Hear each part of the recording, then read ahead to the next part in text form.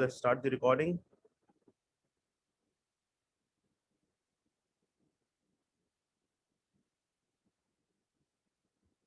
Whiteboard. Okay, everyone. So I think you can all see this whiteboard as well. So मैं ये इसको इसीलिए open किया है कि just in case if I have to write something, I should be able to write it. So the first thing that I want you to know is that because we are studying financial institutions, and again finance has its steps, its history, its roots in economics. So actual जो field develop हुआ था वो economics का था. Adam Smith ने economics की theory दी और उससे इकोनॉमिक्स का ही is known as the father of economics. So wealth of nations उसकी बुक थी, जिसके बाद इकोनॉमिक्स का फील्ड एक्चुअली डेवलप होना शुरू हुआ. उसके ऊपर क्रिटिसिज्म भी हुआ कि ये जो वेल्थ से रिलेटेड सारी बातें होती हैं, it's all about wealth and rich and wealthy people. तो बहुत क्रिटिसिज्म हुआ और न्यू इकोनॉमिक्स की थ्योरीज आई, बहुत सारी थ्योरीज डेवलप होती रही. Somewhere a few years back ये जो इकोनॉमिक्स है इसमें से it's not very long, 150 years ago तकरीबन इस तरह से ही फाइनेंस का फील्ड डेवलप होता है इकोनॉमिक्स में से कि this is a separate field. Economics is separate और फाइनेंस क्योंकि उसी का पार्ट था पहले तो फिर फाइनेंस से सेपरेट हुआ. इसीलिए इसके अंदर बहुत कम रिसर्च भी नहीं है, बहुत ज्यादा नहीं है, बहुत कम काम हुआ फाइनेंस के ऊपर. सो वहां से फिर हमारे पास प्योरली फाइनेंस की थ्योरीज आई. ठीक है, but you need to understand that this is link to economics. ठीक है, हम इकोनॉमिक्स की कई चीजों को फॉलो करते हैं. जैसे कि जब हमारे फाइनेंस के मेजर एरियाज हैं उसमें से एक जो सबसे बड़ा इशू है वो है वही जो इकोनॉमिक्स का इशू है, स्केर्सिटी. अब इकोनॉमिक्स में सबसे बड़ा इशू है कि थिंग्स आर स्केर्स. ठीक है, your wants are unlimited and the resources available to us are limited. ठीक है, इसी वजह से स्केर्सिटी क्रिएट होती है. फॉर एग्जांपल मैं जो हूं, मैं चाहूंगा कि मेरे पास दुनिया की हर चीज हो. ठीक है, मेरे पास बड़ा सारा घर हो, मेरे पास कार्स हो, यॉट्स हो, प्लेन्स हो, पता नहीं क्या कुछ हो, दुनिया की हर चीज मुझे चाहिए होगी. बट क्या दुनिया में हर किसी को ये सारी चीजें मिल सकती हैं? क्योंकि मैं सोच रहा हूँ, आप भी सोच रहे होंगे, एक और भी सोच रहा होगा, हर बंदा यहाँ पर बैठा यही सोच रहा है, लेट्स सपोज. तो ये पॉसिबल नहीं है. अर्थ के रिसोर्सेज जो हैं वो लिमिटेड हैं. आपके पास जो लिमिटेड रिसोर्सेज हैं उन्हीं के अंदर से आपने अपने लिए चीजें लेनी है और सबको उसी में से मिलेंगी. ये तो नहीं हो सकता ना कि हम मून से या मार्स से सब कुछ लेके आ रहे हो. सो फर्स्ट प्रॉब्लम स्केर्सिटी, के चीजें जो है, रिसोर्सेज जो हैं वो लिमिटेड हैं. और क्योंकि पॉपुलेशन बहुत ज्यादा है वर्ल्ड की, तो और सबकी अपनी अपनी वांट्स हैं. एवरीवन हैड अगेन एक नीड्स है कि बेसिकली वो जो रोटी कपड़ा मकान, यू ऑल नो के फूड, शेल्टर, क्लोथिंग, सेफ्टी, ये जो बेसिक नीड्स है, एयर. लेकिन ये तो सबकी पूरी हो ही रही है, इसके लिए कोई लिमिटेशन इस तरह की ऐसा नहीं होती. इवन फूड भी हम इस तरह से काउंट नहीं करते कि it is going to be something जो कि ना मिल सके. ठीक है ना, ये हम फ्री गुड्स की तरह या नेचर की तरफ से प्रोवाइडेड गुड्स के अंदर काउंट करते हैं इसको ज्यादातर. ठीक है, so then comes in wants के luxuries. Why should I ride a bicycle, I should ride a car, I should go on a plane, और इस तरह के वांट्स. अब ये अनलिमिटेड है लोगों की, किसी की भी अनलिमिटेड. मैं अगर प्लेन लूं, कल को मेरा दिल करेगा मैं स्पेस शटल ले लूं, मैं वो लूं, मेरा दिल का स्पेस शिप होनी चाहिए मेरे पास, I should travel intergalactic. So wants are unlimited. ठीक है, उनको फुलफिल नहीं किया जा सकता है. यही वो प्रॉब्लम है जिसको एड्रेस करने के लिए हम फाइनेंशियल इंस्ट्रूमेंट्स और फाइनेंशियल सिस्टम्स को चलाते हैं. ठीक है, इससे फाइनेंशियल इकोनॉमिक्स डेवलप होती है कि ये जो स्केर्सिटी है इसके अंदर रहते हुए अब आपको अपने फाइनेंसेस को मैनेज करना पड़ता है. या तो अनलिमिटेड होते तो आपको मैनेज करना ही ना पड़ता.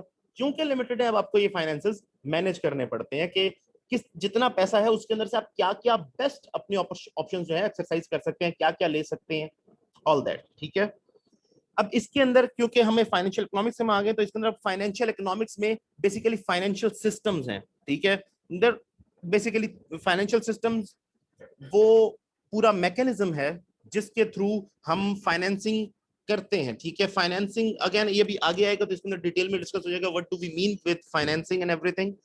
बेसिकली फाइनेंशियल सिस्टम्स वो इंस्टीट्यूशंस, वो मेथड्स, वो चीजें हैं, ये तीन बेसिकली डब्ल्यूज हैं. मैं भी आपको इनको एक्सप्लेन कर देता हूं जिनसे हमें ये पता जिनको हम यूज करते हैं फाइनेंशियल ट्रांजैक्शन सारी करते हैं. ठीक है, तकरीबन हर तरह की फाइनेंशियल डीलिंग जो होती है वो इसी के अंदर अंदर हो जाती है. फाइनेंशियल सिस्टम के अंदर बेसिकली तीन मेजर प्लेयर्स हैं, ये तीन मेजर पार्ट्स हैं, इसके कॉन्स्टिट्यूएंट्स हैं. सबसे पहली चीज जो फाइनेंशियल सिस्टम्स का एक पार्ट बनती है हमारी फाइनेंशियल इकोनॉमिक्स के अंदर, वो है financial investments, sorry instruments. Okay, let me explain. what is a financial instrument? If I, let me just put it over here.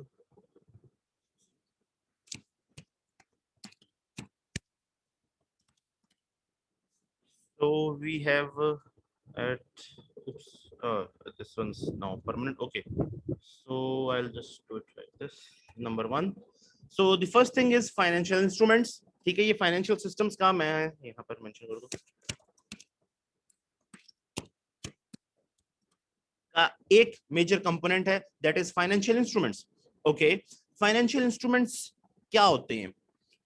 Financial instruments are those products, you can say those things that we sell.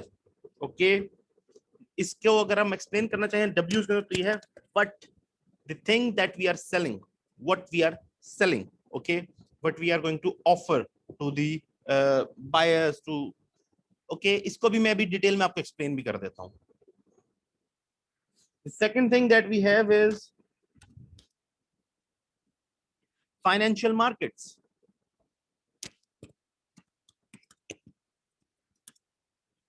Okay, इसको मैं यहाँ पर ही लिख देता हूँ कि now this is the where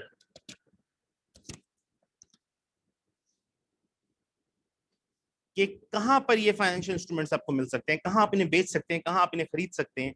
and the third part of the financial systems is financial institutions.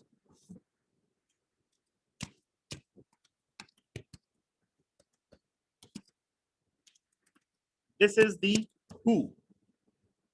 Okay, now let me explain this whole thing.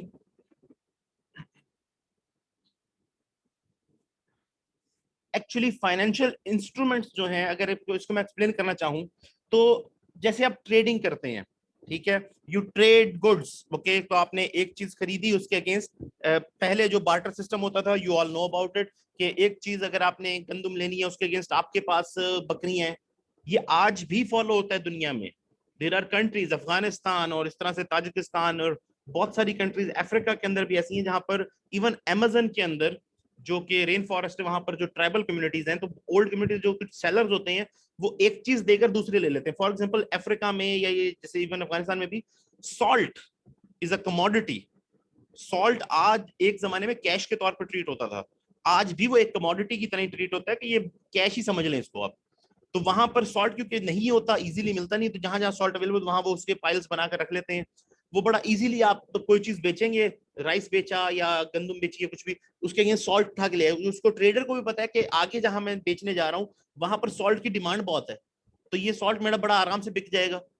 इस तरह से इन चीजों के अगेंस्ट लाइव स्टॉक, गोट्स और इस तरह की चीजें भी एक्सचेंज की जाती थी. ठीक है, लेटर ऑन ये कैश का सिस्टम आपका डेवलप हुआ जिसके अंदर आप कैश, पेपर करेंसी या कॉइन करेंसी बेसिकली एक्सचेंज कर देते थे विद थिंग्स, क्योंकि चीजें पेरिश हो सकती हैं, थिंग्स आर पेरिशेबल.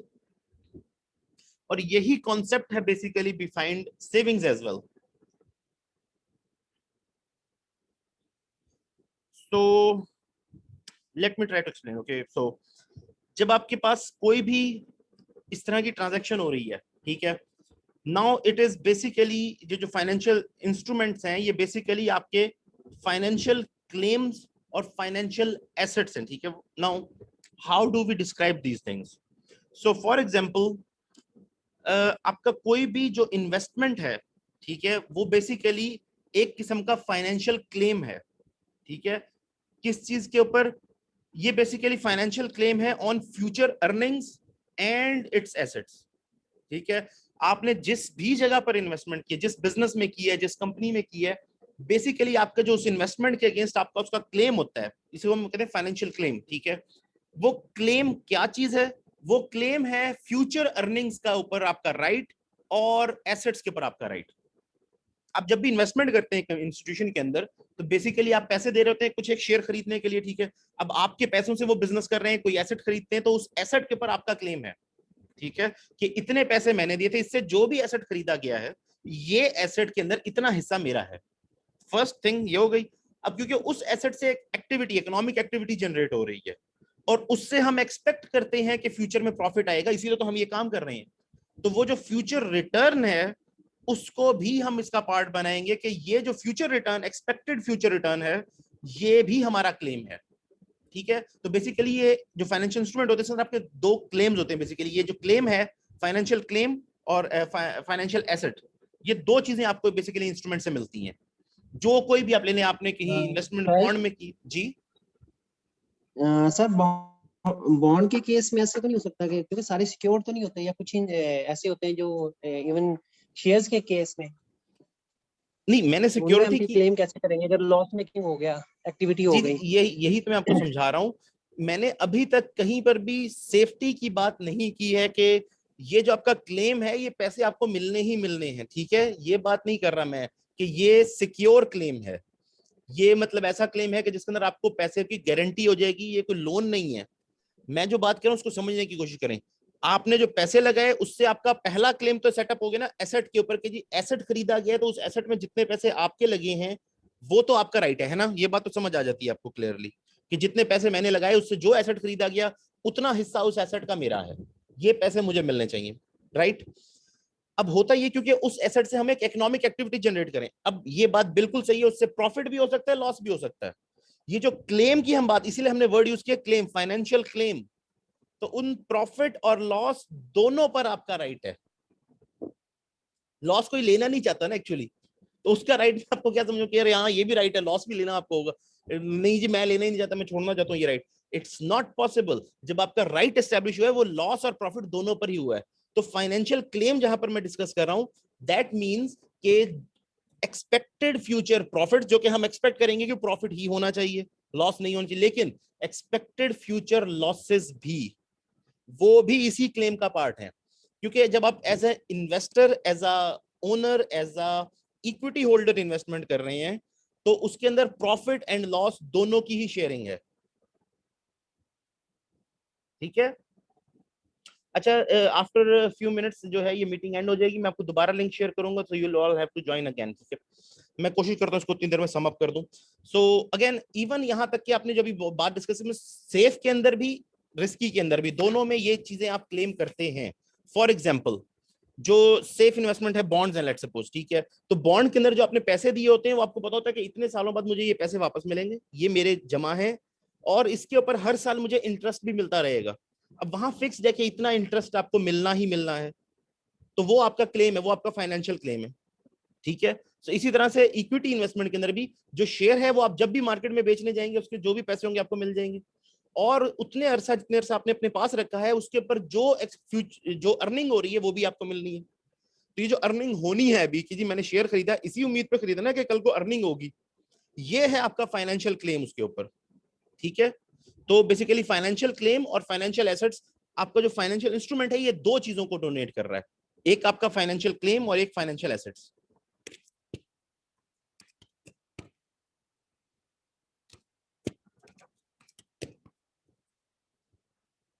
ठीक है, ये मैं आपको ड्रॉ भी कर देता हूं।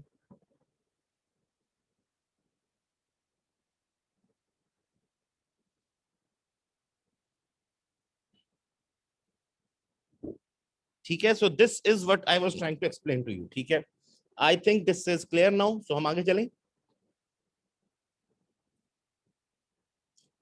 अब फाइनेंशियल इंस्ट्रूमेंट को मैं जरा एक मिनट एक्सप्लेन कर दूं कि ये कोई भी ऐसी चीज जो आपका किसी चीज के ऊपर, एसेट के ऊपर कोई क्लेम और उसकी जो फ्यूचर अर्निंग है उसके ऊपर क्लेम देता है, वो आपका फाइनेंशियल इंस्ट्रूमेंट है। फॉर एग्जाम्पल, मैं इसको सादा अल्फाज में जरा समझाने की कोशिश करता हूँ। आपने एक गाड़ी खरीदी, ठीक है, अब आपकी इंटेंशन ये है कि ये जो गाड़ी है इसको मैं किराए पर चलवाऊंगा और इससे जो अर्निंग होगी वो मेरी एक इनकम बन जाएगी। अब ये गाड़ी किसकी है? आपकी। आपने पैसे लगाए, आपने खरीदी है, ठीक है। अब एसेट तो आपका हो गया क्योंकि पैसे सारे आपके लगे हुए हैं। अब इस गाड़ी को जब आप चलाएंगे, इससे जो पैसे आएंगे, जो इसका रेंट वगैरह आएगा, वो किसका होगा?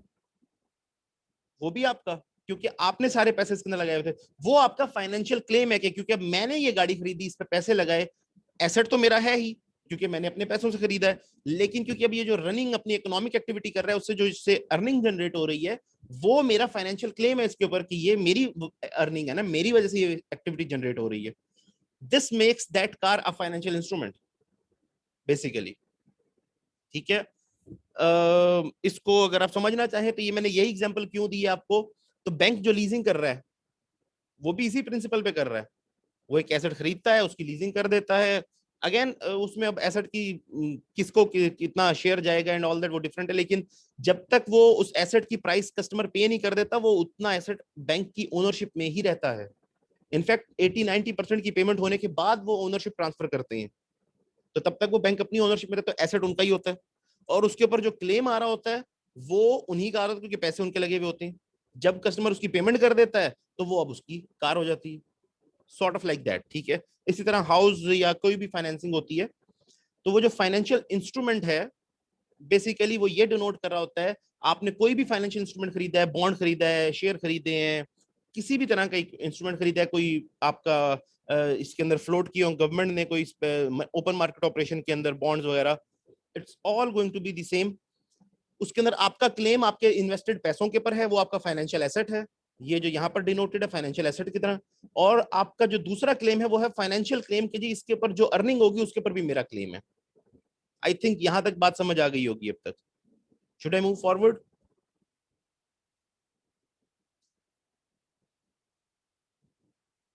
Expecting a yes sir, reply. Sure. Okay, तो अब इसके बाद ये जो इंस्ट्रूमेंट है हम ये देखते हैं ये इंस्ट्रूमेंट ट्रेड कहां पर होगा।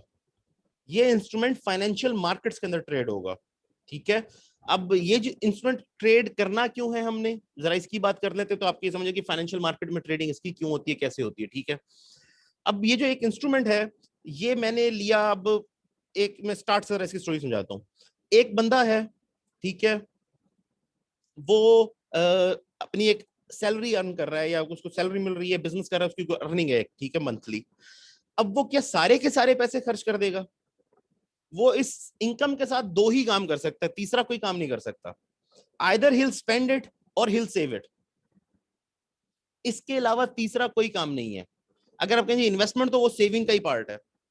वो इनकम जो उसकी है ना उसको या तो खर्च करेगा या सेव करेगा, कुछ पोर्शन खर्च करेगा कुछ सेव करेगा, आमतौर पे यही होता है।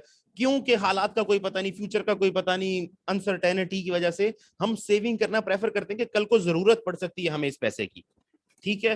वो जो हमारी सेविंग्स होती हैं उन सेविंग्स के अंदर एक इशू है, आप अगर स्पेंडिंग कर ले तो आज ये तो एक नोन फैक्ट है कि $1 today is more than $1 tomorrow, ठीक है।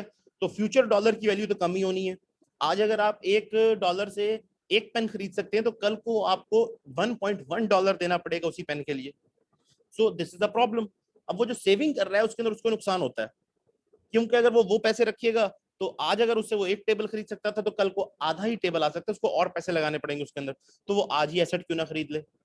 लेकिन उसने तो पैसे सेव किए हैं किसी फ्यूचर अनसर्टेनिटी के लिए, किसी फ्यूचर अनफोर्सीन इवेंट के लिए। अब उसे कैसे पता होगा कि कल को मुझे टेबल की जरूरत पड़ेगी, कल को मेरे घर में फ्रिज की जरूरत पड़ेगी, कल को मुझे एयर कंडीशनर खरीदना पड़ेगा, या कल को मेरा एक्सीडेंट हो जाएगा, मुझे उसके लिए कोई मेडिसिन या कोई डॉक्टर की फीस के लिए पैसे चाहिए होंगे। अब वो क्या करे, आज ही जाकर डॉक्टर को फीस दे। अच्छा चले आज डॉक्टर को फीस दे भी है, कौन से वाले डॉक्टर को देके, उसे कैसे पता चलेगा कि मेरे एक्सीडेंट के अंदर मेरा बाजू टूटेगा, टांग के ऊपर चोट लगेगी, स्कल के ऊपर को फ्रैक्चर होगा, क्या होगा क्या उसको नहीं पता ना। कौन सी मेडिसिन लेनी पड़ेगी, आज जाके मेडिसिन ला के रख ले, एक्सपायर हो जाएगी। दुकान वाले को पेमेंट करे मेरी दवाई लेके रखना भी मैं फ्यूचर में लूंगा, कौन सी लेके रखना भाई। सो उसको कैश लिक्विडिटी चाहिए। अभी हम आगे लिक्विडिटी का कॉन्सेप्ट भी डिस्कस करेंगे कि एसेट से लिक्विड, जो एसेट्स होते हैं जो ज्यादा लिक्विड होते हैं वो ज्यादा बेटर होते हैं, कैश सबसे लिक्विड होता है। सो ये जो सेविंग्स हैं इनको ही फाइनेंशियल इंस्ट्रूमेंट्स में इन्वेस्ट किया जाता है। और जब एक मुश्किल वक्त आएगा, अगेन इसको इन्वेस्ट इसीलिए करते हैं ताकि रिटर्न आए ना कुछ के ऊपर, ताकि वो वापस मैच हो जाए। ये जो कॉन्सेप्ट मैंने सारा आपको अब तक समझाया कि जो सेविंग है वो तो पड़ी पड़ी कम हो जाएगी, तो उसका तरीका यही है कि उसको कहीं कोई चीज खरीद के रखने की बजाय वो जो खराब हो जाएगी, टेबल ले लिया कल को खराब हो गया तब तक जब चाहिए, या कोई चीज भी ले ली आपने खराब हो सकती है, शुगर ले ली, गंदम ले ली, वो खराब हो सकती है बड़ी बड़ी चीजें, तो आप कैश फॉर्म में रखते हैं उसको, लिक्विड फॉर्म में रखते हैं कि कुछ भी कल को लिया जा सके। अब उसके लिए उसको इन्वेस्ट करना जरूरी है ताकि उसकी वैल्यू कम ना हो, तो आप उसको एक फाइनेंशियल इंस्ट्रूमेंट में इन्वेस्ट कर देते हैं। अब ये इन्वेस्ट करेंगे कैसे, फाइनेंशियल इंस्ट्रूमेंट कहां से मिलेगा, और कल को जब उसे बेच के पैसे आपको इमरजेंसी में जरूरत पड़ गई है लेने के लिए तो कहां बेचेंगे। वहां पर आ जाता है कॉन्सेप्ट फाइनेंशियल मार्केट्स का, कि ये वो मार्केट प्लेस है जहां पर फाइनेंशियल इंस्ट्रूमेंट्स की ट्रेडिंग होती है, ठीक है। बेसिकली ये बायर्स और सेलर्स को एक जगह के पर इकट्ठा कर देते हैं। Got the idea? So basically जो फंड्स के सोर्सेज हैं और जो फाइनेंशियल रिसोर्सेज हैं, उन दोनों को ये एक जगह पर ले, बेसिकली यूजर्स एंड सेवर्स, ठीक है, उनको एक जगह के पर, जिन लोगों ने पैसे सेव करने हैं और जिन लोगों ने उस पैसों को इन्वेस्ट करके को कारोबार करना है, उनको एक जगह लाकर ये मिला देती है फाइनेंशियल मार्केट्स के, वो एक जगह के ऊपर आपस में इनकी एक्सचेंज कर सकें, कि जो सेवर्स हैं वो इन्वेस्ट कर सकें और ये जो यूजर है उसके पैसे लेकर इन्वेस्ट करके जो रिटर्न अर्न करके वापस सेवर्स को दे भी सकें। ठीक है, that is the basic concept behind these financial markets. अब इसके बहुत सारे रूल्स हैं, इसके अंदर 3 बेसिक फंक्शंस भी हैं फाइनेंशियल मार्केट्स के, इनको भी अभी हम आगे डिटेल में डिस्कस करेंगे कि ये तीनों फंक्शंस क्या हैं और किस तरह से ये चलते हैं। ठीक है, so meeting is about to end. Financial institutions जो हैं ये, इसको हम नेक्स्ट अभी सेक्शन के अंदर अभी स्टार्ट करते हैं। ठीक है, सो मैं दोबारा से मीटिंग स्टार्ट करता हूँ।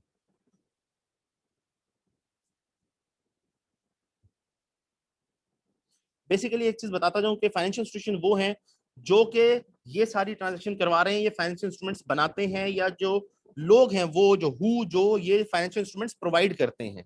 ठीक है, अभी हम इसको दोबारा आगे से डिस्कस करते हैं। Thank you.